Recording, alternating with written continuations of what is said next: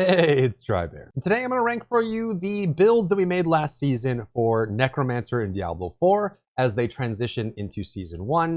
If anyone's curious on how their power rankings have changed since the preseason, including the new Malignant Hearts and all the balance changes that went into the game. But first, you should come hang out with me on my live stream. I'm live every single day on twitch.tv/Drybear. If you do come hang out with me in the community, next time you go to tear anything perforated, you're going to tear it quickly, but it's going to tear perfectly all the way down the edge without any rips. All right, let's dive into the list. Down below, I've put the icons for all the builds that I currently think are viable and playable in Season 1 for Necromancer. There's not really a lot of breakout builds for Necromancer. I think that the existing builds just moved up and down on the list, mainly because you have a build that auto-decrepifies and a build that auto-casts corpse abilities, including the Necromancer Minion summon. You have buffs to minions, you have buffs to damage, you have reshifting of things, and even the Wrathful Super Malignant Heart just gives you more damage, though it does bring in some interesting options for generating essence and playing around that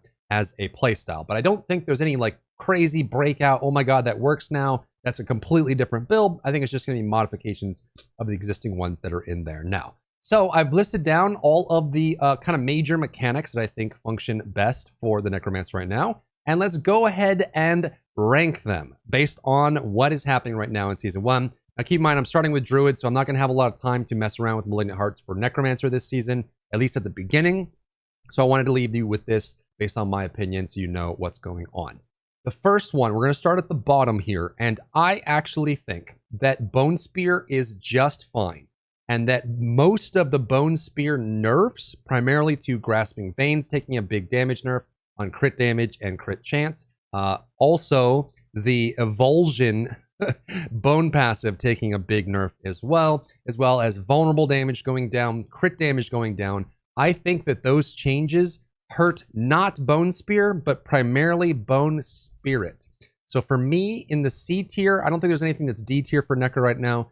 It's going to be the Demon Bomb build, with is the Blood Cuirass, picking out blood orbs and spawning Bone Spirits. I think Bone Spirit took a big fat L with the changes because Bone Spirit as a combo burst based build requires high damage output in that single instance. And by taking all of the damage down, taking the crit damage down, taking the bonus damage buffs down, taking Evulsion down meant that Bone Spirit took the hardest hit. Whereas Bone Spear, being a high uptime DPS oriented build, yes, it does less damage, but it doesn't rely on that burst damage in that window. It can just keep spamming and spamming and spamming and spamming, and it has other options for being able to build that as well. So I think that Demon Bomb is actually one of the lower options, the lowest option for Necromancer this season.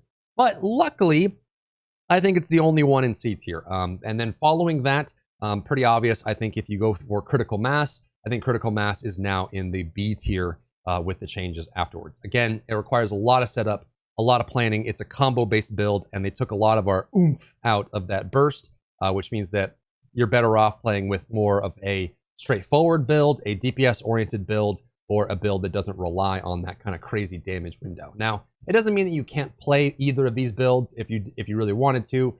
You can definitely easily do probably Nightmare 70 to 80 with a Bone Spirit or the Demon Bomb builds. Those are perfectly fine. It's just you're probably going to have trouble killing things going all the way up to Nightmare 100, Uber Lilith, or Uber Varshan in that point.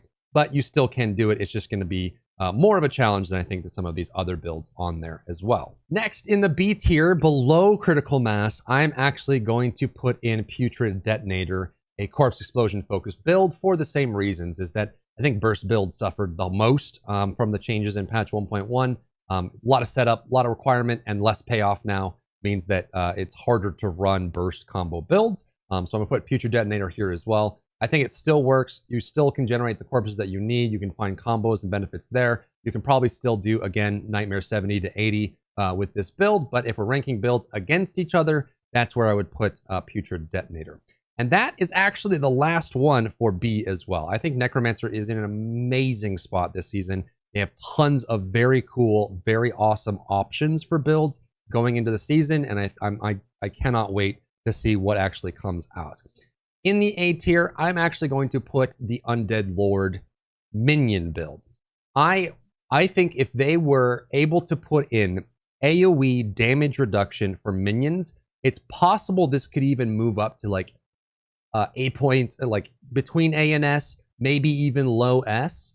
But I think there's still one major problem with minions in Diablo 4, aside from all the minor problems they have, and that is they die very easily to AoE damage and elemental damage.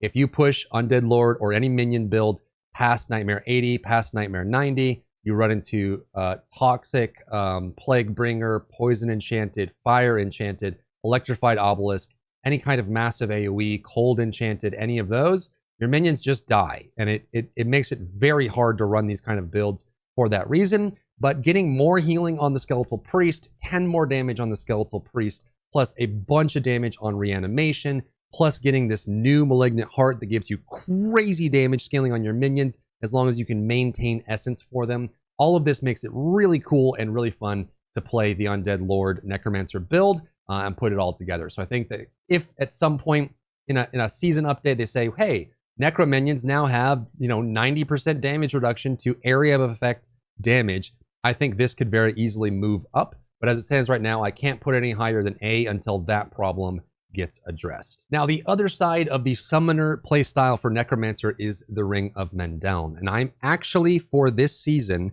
going to put Ring of Mendeln below the Undead Lord in A. I think in preseason, the Mendeln Dark Emperor build was much better than Undead Lord. They were kind of close, but Emperor took the lead for the main reason that it had more damage output and more option.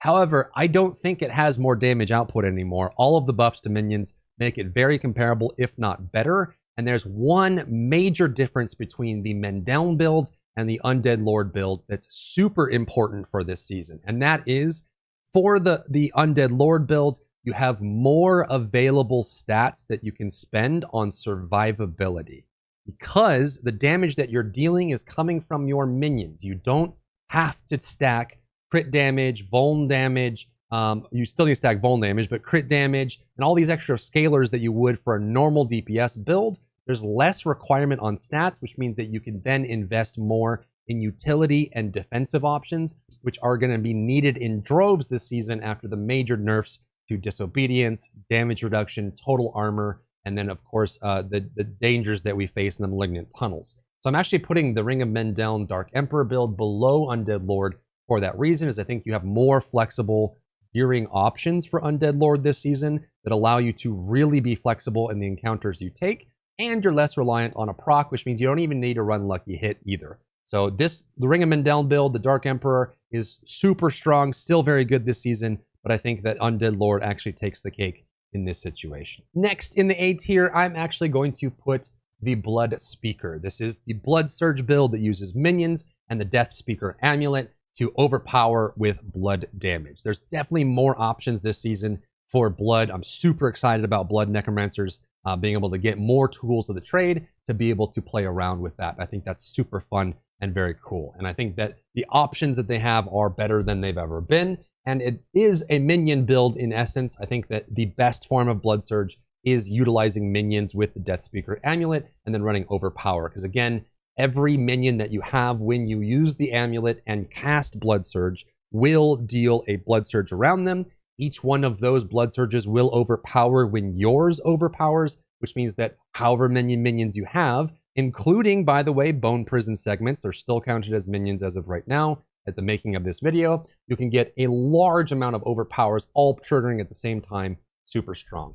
However, based on stat requirements, I think it is still slightly worse than Ring of Mendeln or doing a true Undead Lord build for that reason, but not by too much. If you wanted to play Blood Surge, I think it's definitely a great option this season and feels really good to play. This next build I had trouble placing, and partly because I haven't had a chance to test out the new changes for this. But I'm actually going to place, conservatively, Bloodlance in the A tier, just below the Undead Lord build. I think there's definitely chance for this to move up into A or maybe even to S, but until I can actually get my hands on the, actually play with the new, the Gore Quills legendary that allows you to spawn Bloodlances, to see exactly how that works and test the ins and outs of it, as well as the new modifications for Bloodlance, I'm going to put it here just below Undead Lord. I think there's definitely enough there to suggest that it does beat out the Ring of Mendeln build too. And super awesome options here. You can do overpower with some really good scaling on top of that. I think damage output wise, Undead Lord might outscale it if you're able to maintain enough essence to use the new Wrathful Heart, but it's definitely much stronger than it's been as far as scaling options, and I think it's still very strong like it was last season. So don't sleep on Blood this season. Super fun, a very good option. Next, let's put in the first entry into our S tier, and that is going to be my Plague Rot Necromancer build. And this one is so juicy this season. Not only did it escape and evade any nerfs coming through that would have made a major difference to the build, it's still just as strong as it's ever been. There's also dot-based and proc-based effects and crit-based effects that will scale up with the Shadow Blight bonuses, and you have tons of really cool options for dealing with that. On top of that, the new, so there's a Wrathful Malignant Heart for Necromancer that allows them to do more damage as long as they have Essence, and this works if you have no minions, it works on you. And for builds like Plague Rot, where they don't spend Essence very often or at all, they can maintain that Essence and generate it and get some crazy damage out of it. I think Shadow Blight, either the dot version or the Corpse Explosion version or my Plague Rot version with the bursting pustules, I think is very strong this season. A perfect option and very easy to play. And I think there's enough there. If you have lots of crowd control and you have lots of Essence Gen, you can potentially bring Plague Rot to a much higher point than it was possible in the preseason, just for those reasons, which is super cool. Next in the S tier, I'm still putting Bone Spear. Like I said, I think the Bone Spear nerfs that were intended to make Bone Spear less of the kind of winning choice ended up just hurting Bone Spirit more than anything. And Bone Spear is still very good. The global nerfs across for vulnerable and crit damage affected all builds in general. And of course, hurting Serration and those kind of or splintering and those kind of options there definitely has an impact, but it doesn't make Bone Spear unattractive. It doesn't make it unviable. In fact, I still think that Bone Spear is an S tier build for Necromancer this season. It's also very easy to build for, very flexible, and you can again benefit from all the new, like the Keen Blunt weapon style crit bonus on the Malignant Hearts. You can still get the self bonus. You can get self decrepify as well, auto decrepify, which means that you could free up more for essence generation while spending the Bone Spear. I think Bone Spear is still in the S category for this season, and there's not really anything that came in the patch that changed my mind relative to everything else. And lastly, this one was a tough. This one is the Immortal Severance Sever build, and I actually really struggled on whether to put this in A or at the bottom of S. I actually think that it's deserving of going in the bottom of S. I think it's probably even about the same as Bone Spear now as far as a core skill spending build.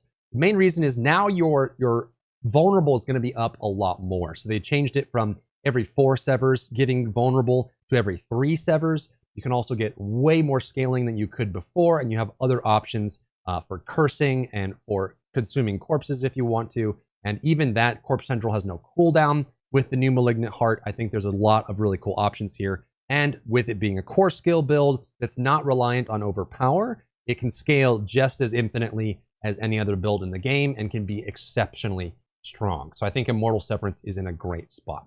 So this is my ranking of the Necromancer builds in the game for the start of Season 1. Remember, I haven't had a chance to play any of the new aspects or the Malignant Hearts for Necromancer, but I at least wanted to leave off my preseason exploration with Necromancer and the knowledge that I've gained for the start of Season 1 for anyone who's curious, who's picking from my build catalog on Necromancer and wanted to know what their power rankings were. This is where I would rank them. So if you found value in the video, leave a like down below, leave a comment for the algorithm to help this video get seen by more people, and I'll see you on my live stream. If you enjoyed yourself today, leave a like down below. You can support me and my work on Patreon and view Patreon exclusive content, link in the description. Thank you so much for tuning in, and I'll see you in the next one.